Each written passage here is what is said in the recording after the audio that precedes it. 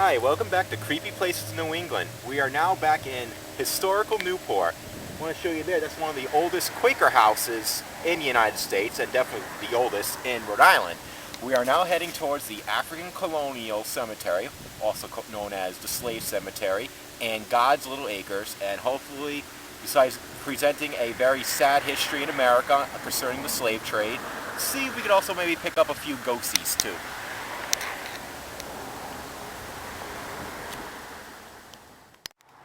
Well, we made it to God's Little Acre. That's the nickname for the colonial African burial ground, which is also known as the African Cemetery, African Slave Cemetery. It goes by several different names. And it's also located by one of the most busiest roads in Newport, even though I just said that and there's no cars coming by. Car. Oh, good. Now here they come.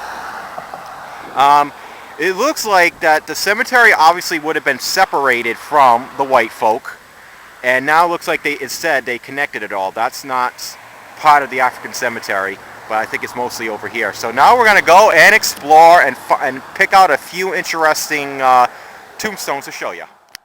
Well, here are some of the tombstones of both the slaves and also some of them that were buried here will be known as free Africans. One way you'll know it is many of them. This is just looks like they were too cheap to put the full thing, but serve, and it'll tell you who they served. You know, like the master or something like that. Let me tell you a little bit about this place. Okay, now I'm going to have to speak a little loud. Like I said, we're next to a busy road. But Newport played a leading role during the transatlantic slave trade.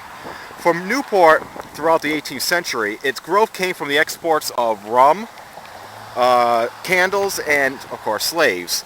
The slaves, many of them came from Guyana, Gold and Ivory, and Cape Coast, but some also came from places like Sierra Leone and Gambia.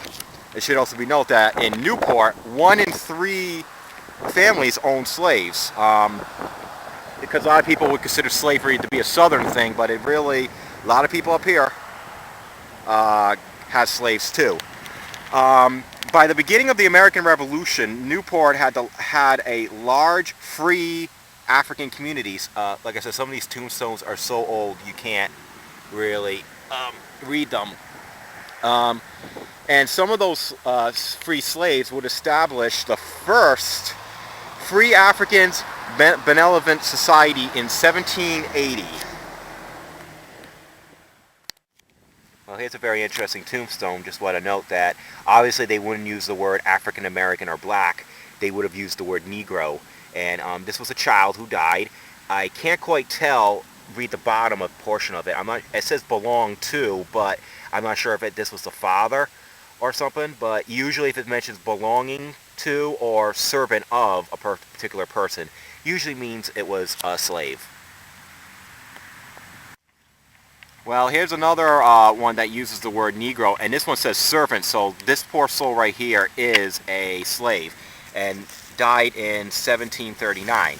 I want to mention that in 1784, the Rhode Island legislation passed what was known as the Negro Emancipation Act, which declared that all children of slaves born after March 1st, 1784, had to be freed when the boys reached the age 21 and girls reached the age 18.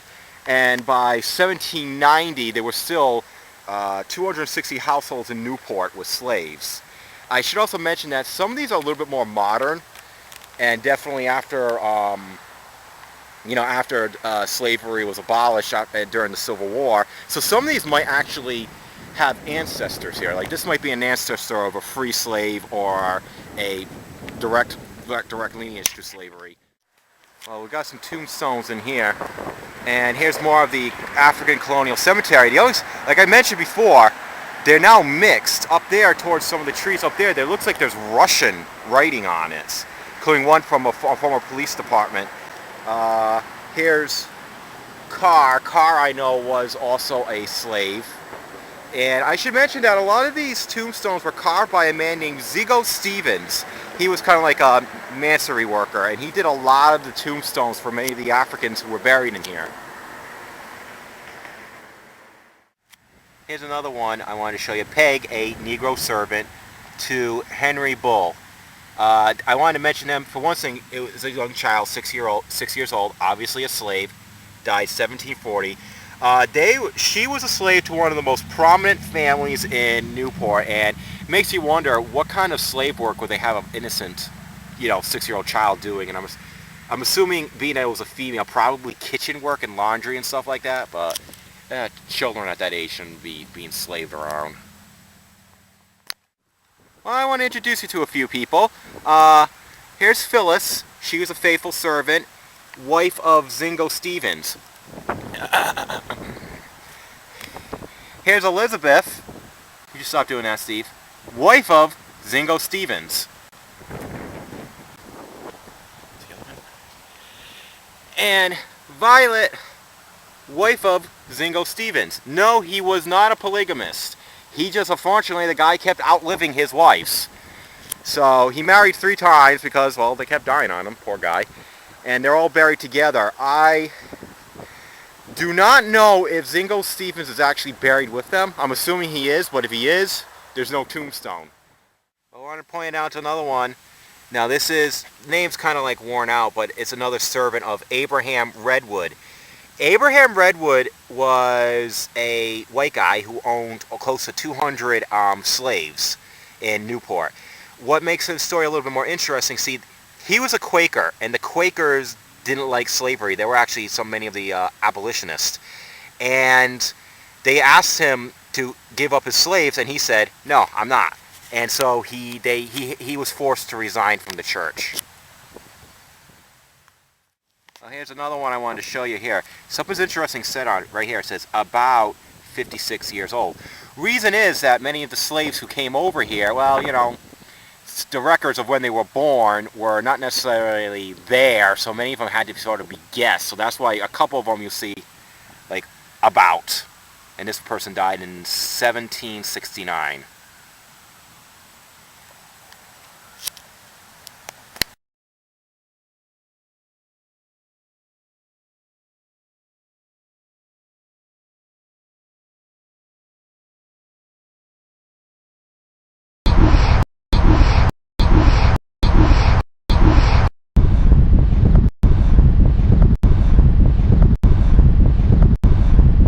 Don't fall into that grave.